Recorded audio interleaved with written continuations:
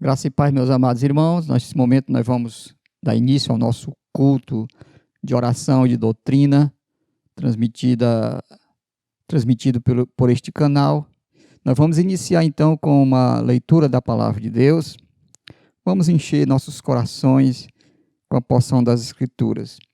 Sempre essa primeira leitura é uma chamada para adoração. Salmo 47, nos versos de 6 a 9, diz assim a palavra do Senhor nosso Deus.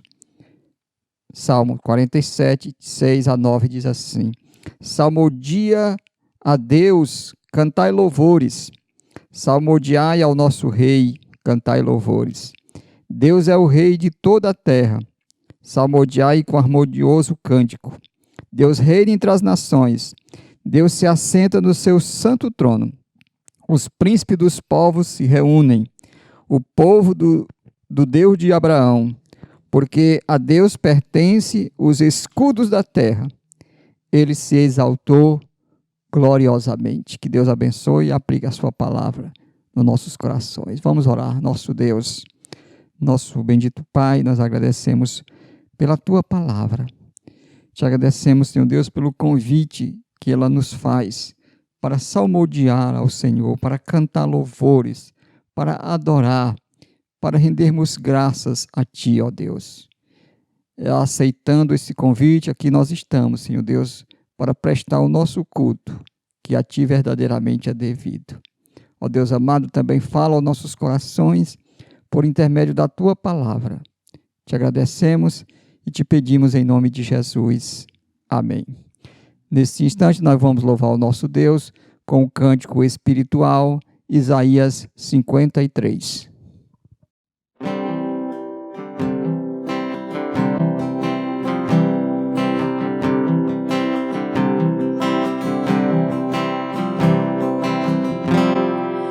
Ele não tinha qualquer beleza ou majestade para nos atrair. Nada havia em sua aparência para o desejarmos,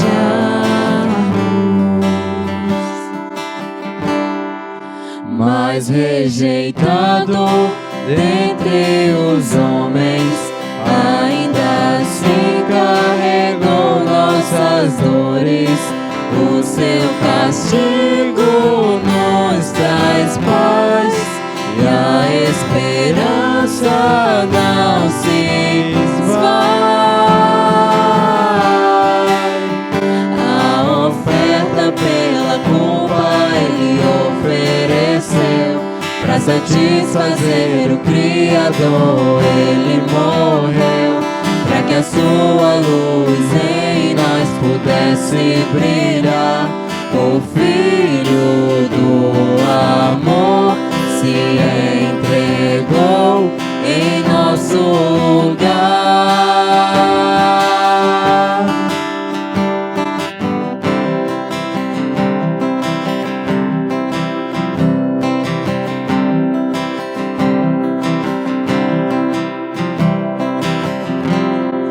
Mas rejeitado dentre os homens, ainda assim carregou nossas dores.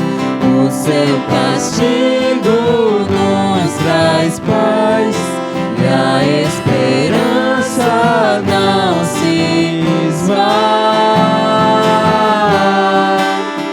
A oferta pela culpa Ele ofereceu, para satisfazer o Criador. Ele morreu para que a sua luz em nós pudesse brilhar.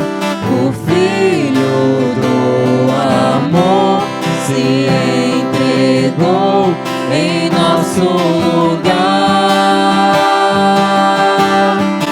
És o Cordeiro que pelos nossos pecados foi resgatado, sem dizer uma só palavra, se entregou aos cravos, derramou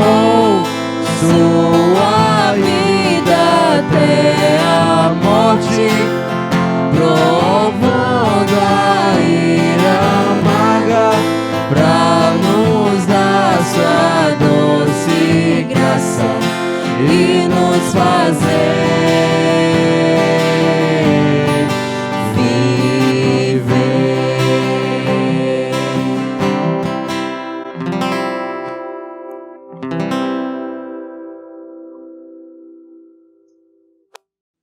Agora, meus amados irmãos, vamos fazer uma leitura na Palavra de Deus, onde nós estaremos baseando a nossa doutrina, extraindo lições para nossas vidas. Lá no livro do profeta Jeremias, capítulo 9, nos versos 23 e 24. São 2 versículos da Palavra de Deus, de Jeremias, do capítulo 9, 23 e 24, diz assim a palavra do Senhor. Assim diz o Senhor: não se glorie o sábio na sua sabedoria, nem o forte na sua força, nem o rico nas suas riquezas. Mas o que se gloriar, glorie-se nisto, em me conhecer e saber que eu sou o Senhor, e faço misericórdia, juízo e justiça na terra, porque destas coisas me agrado, diz o Senhor. Que Deus aplique e abençoe a sua palavra nos nossos corações. Oremos mais uma vez. Bendito Deus, nosso Pai. Nós queremos agradecer ao Senhor pela tua palavra. Queremos entendê-la, compreendê-la, discerni-la. E para isso, Senhor Deus, nós precisamos do auxílio e da iluminação do Espírito Santo. Porque, Senhor Deus, ela só pode ser entendida desta forma, desta maneira. E o Espírito Santo é o supremo professor por excelência, que nos ensina e que nos mostra, Senhor Deus, o significado da palavra do Senhor. Te pedimos em nome de Jesus. Amém. Meus irmãos, conhecer a Deus é a coisa mais sublime, mais importante que um homem pode fazer nesta vida. É tão importante que o Senhor, Deus disse aqui, não se glorie o sábio na sua sabedoria, seja mais importante do que a ciência, do que o conhecimento. Nem o forte na sua força, ou seja, é muito mais importante do que o poder. E ele diz, nem o rico nas suas riquezas, ou seja, muito mais importante do que riquezas, do que possuir bens, ter posses neste mundo. Não é que Deus esteja contra a ciência, a sabedoria, o conhecimento.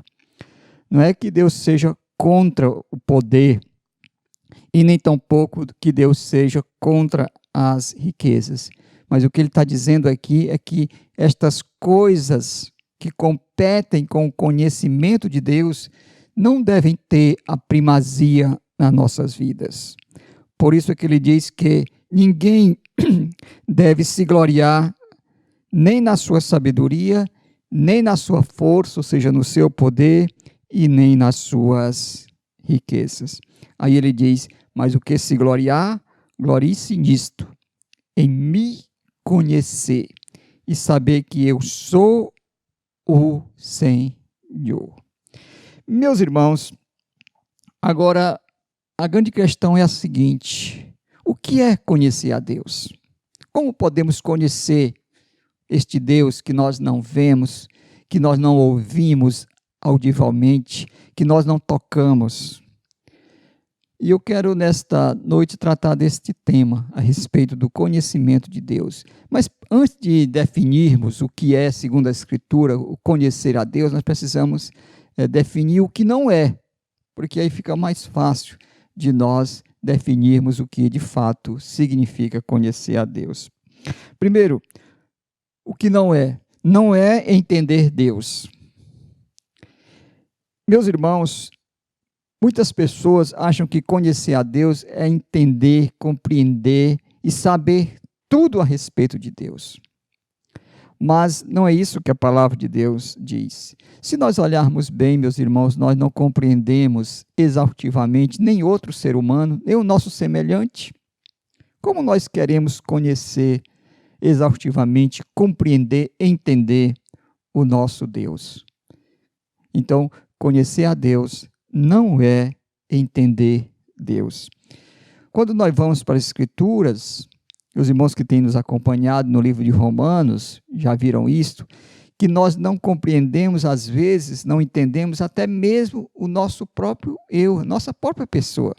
Por exemplo, Paulo diz em Romanos 7,15, pois não compreendo o meu próprio modo de agir, pois não faço o que quero, e sim o que detesto. Então o apóstolo Paulo diz que ele não compreendia nem ele mesmo. Então, meus irmãos, nós não podemos achar que conhecer a Deus é entender tudo sobre Deus. Em Isaías 45, verso 15, Deus diz assim, aliás, o profeta expressa desta forma, dizendo, verdadeiramente tu és Deus misterioso, ó Deus de Israel, ó Salvador. Ou seja, Deus é misterioso, nós não podemos compreender exaustivamente, profundamente, de maneira total, plena ao nosso Deus. Isaías 55 também, nos versos 8 e 9, Deus diz que os seus caminhos são mais altos do que os nossos caminhos e que os seus pensamentos são mais altos do que os nossos pensamentos. Ou seja, nós nunca vamos entender e compreender Deus totalmente. Muitos abandonam a fé em Deus dizendo que não conseguem entender muitas coisas que há na Bíblia. Mas se nós pudéssemos compreender tudo a respeito de Deus, meus irmãos, então Deus não seria Deus. Deus seria igual a nós. Ou então nós seríamos iguais a Deus. E nenhuma dessas duas coisas são verdades. Deus nunca será como nós. E nós nunca seremos como Deus. Deus é alto, grande, sublime, majestoso, transcendente. E nós somos terrenos, somos humanos, seres criados à sua imagem e semelhança, mas mesmo assim, seres que nunca vão entender nem compreender Deus de maneira exaustiva, de maneira plena e total. Segundo, não é saber a respeito de Deus. Conhecer a Deus não é conhecer certos fatos, certas verdades a respeito de Deus. Por exemplo, ler a Bíblia. Podemos ler a Bíblia e assim mesmo não conhecer o autor da Bíblia. Podemos ler as Escrituras e mesmo assim não compreender o Deus que se revela nas Escrituras.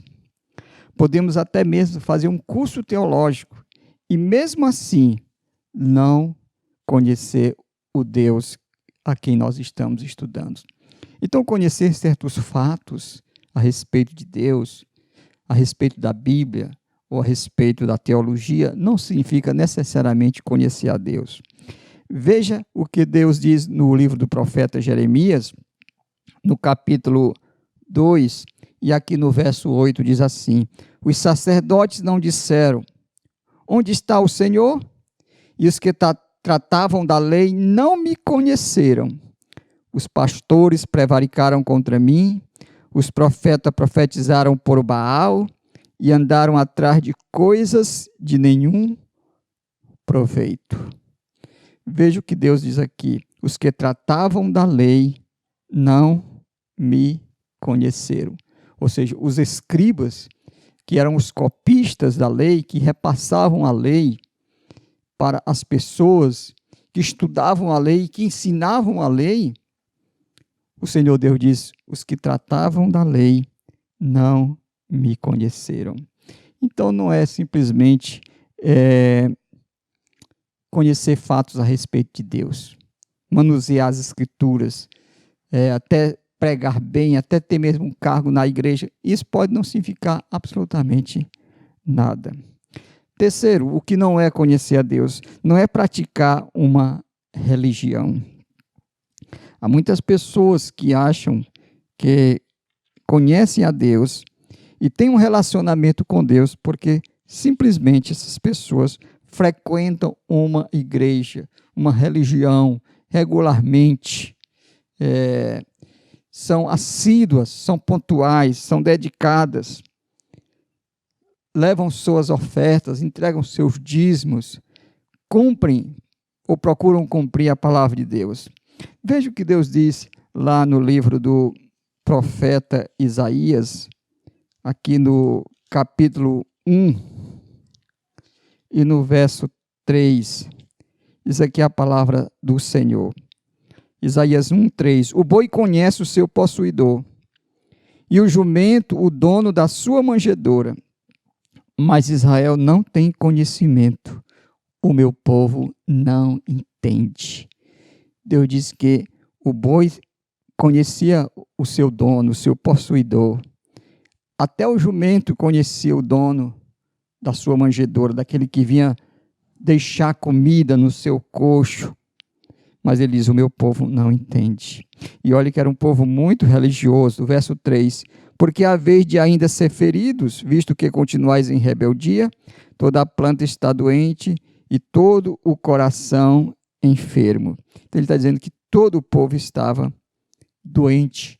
Ele compara como um corpo humano aquela nação. Veja o verso 11, como o povo era de fato religioso, praticante do judaísmo. Procurava cumprir os preceitos lá da lei. Verso 11. De que me serve a mim a multidão dos vossos sacrifícios? Diz o Senhor. Estou farto dos holocaustos de carneiros e da gordura de animais cevados. E não me agrado do sangue de novilhos, nem de cordeiros, nem de bodes. Verso 13. Não continueis a trazer ofertas vãs. O incenso é para mim abominação, e também as festas da lua nova, os sábados e a convocação das congregações. Não posso suportar a iniquidade associada ao ajuntamento solene. Então Deus diz, olha, não quero que vocês tragam esses sacrifícios. Eu já estou farto desse sacrifício. Eu não quero esses holocaustos. Não tragam oferta, não queimem incenso. A guarda do sábado, as convocações solenes, tudo isso são abominações para mim. Mas por quê? Não era isso que Deus requeria na lei? O povo estava fazendo. Mas porque o povo não conhecia o Deus a quem eles achavam que estavam cultuando. Então, conhecer a Deus não é praticar uma religião. O que é então, meus irmãos, conhecer a Deus? Ou melhor, como é que nós podemos conhecer a Deus? Como eu disse no início, como podemos conhecer um Deus que não vemos, que não ouvimos a sua voz, pelo menos de maneira audível, porque nós ouvimos através da Escritura, que não tocamos? Como chega até nós esse conhecimento? Como chega até nós esta verdade? Meus irmãos, e a única verdade é através da revelação. Ou seja, não é através da nossa razão. Não que conhecer a Deus seja irracional, mas é suprarracional. Veja o que Deus diz no verso 27 do capítulo 11 de Mateus, verso 27.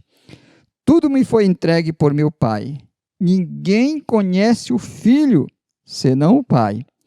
E ninguém conhece o Pai, senão o Filho, e aquele a quem o Filho o quiser revelar.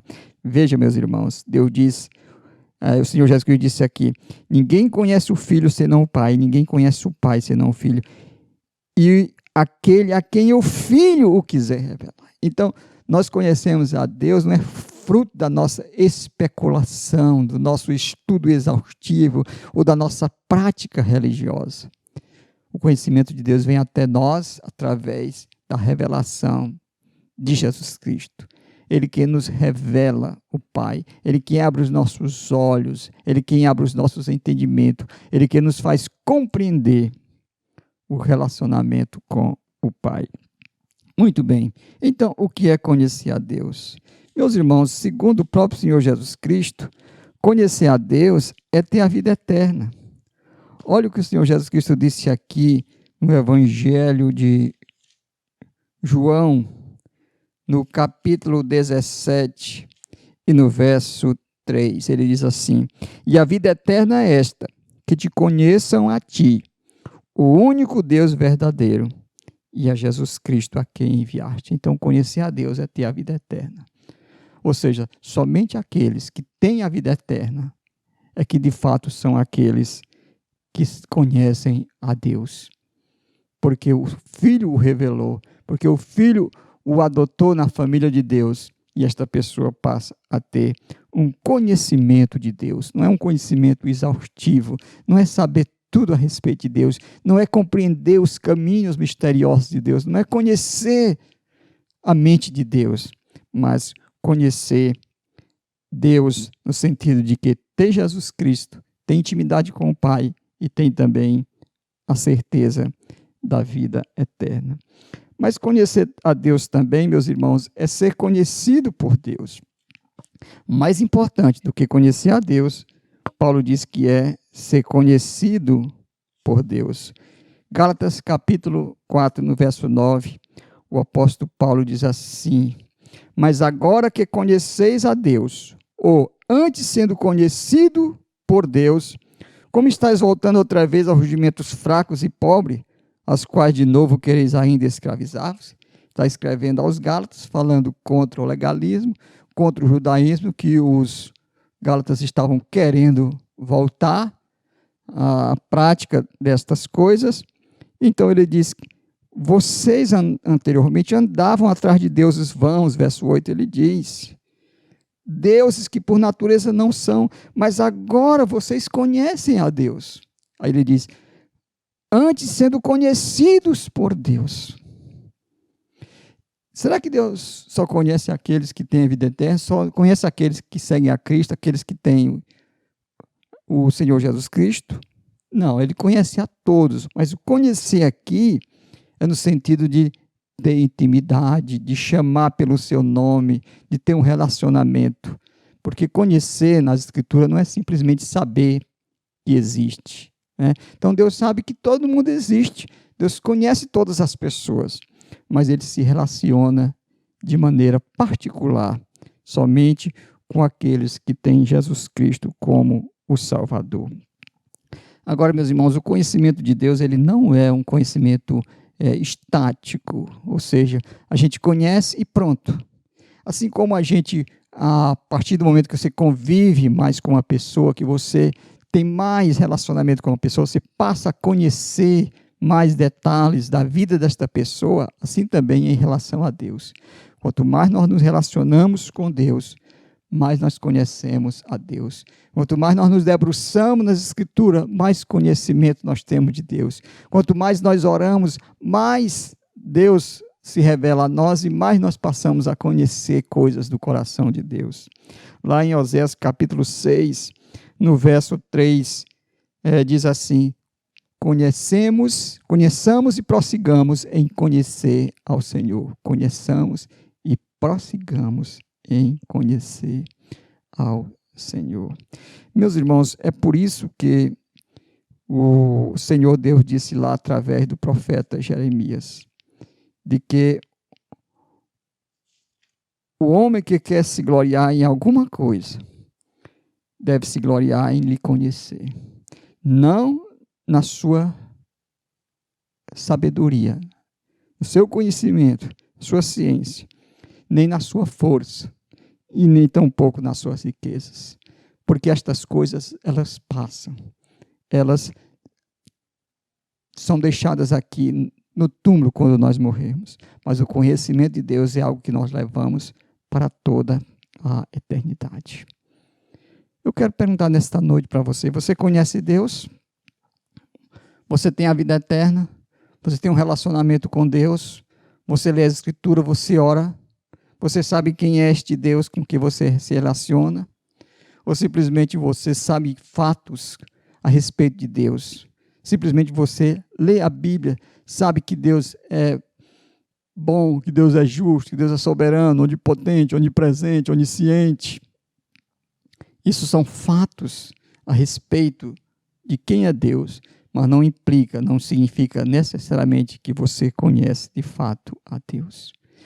E aí o Senhor Deus disse que nós nunca devemos nos gloriar nestas coisas. Ele diz: mas o que se gloriar? Glorie-se nisto. Aí ele vai dizer: em me conhecer e saber que eu sou o Senhor.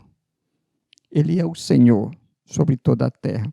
E ele diz que faz 3 coisas: faço misericórdia, faço justiça e faço juízo na terra, porque destas coisas me agrado, diz o Senhor. Às vezes a gente não se dá conta disso, de que o nosso Deus, que nós conhecemos, que nós nos relacionamos, o Deus e Pai de nosso Senhor Jesus Cristo, o Deus que nos dá a vida eterna, é o Deus que age conosco com misericórdia. É o Deus que faz justiça, mesmo que a gente não perceba, e mesmo que a gente ache que a justiça de Deus é demorada. A justiça de Deus é muito devagar. Ou que o juízo de Deus não é executado na terra. Mas se nós olharmos bem, Deus sempre faz estas 3 coisas. E um dia ele vai fazer, vai chamar as nações e os povos para o julgamento e o juízo final. E lá sim, toda justiça será feita. Então, se você conhece Deus, você não tem que ter o temor de encarar Deus frente a frente num juízo e num julgamento, porque o Deus que nós conhecemos é o Deus que faz misericórdia, que tem misericórdia de nós e que puniu o seu filho, se agradou de moer o seu filho para perdoar os nossos pecados. Então responda nesta noite para você mesmo: eu conheço a Deus? Que Deus possa lhe ajudar e possa fazer você meditar e refletir nesta pergunta tão profunda. Que o Senhor tenha misericórdia de nós. Amém. Vamos orar. Nosso Deus, nosso bendito Pai, nós te rendemos graças, Senhor Deus, porque através da nossa razão, da nossa especulação, nós não poderíamos jamais conhecer a Deus. Nós só te conhecemos porque o teu Filho amado assim o quis revelar, conforme ele mesmo declarou na tua palavra.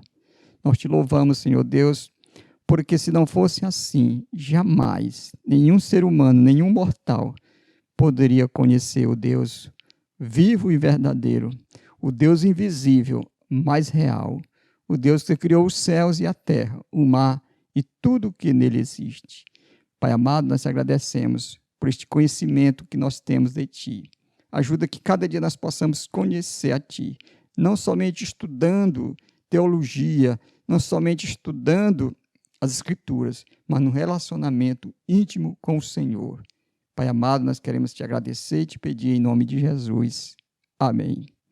Neste momento nós vamos louvar o nosso Deus com o hino de número o 93 do nosso Inário Novo Cântico, Firmeza na Fé.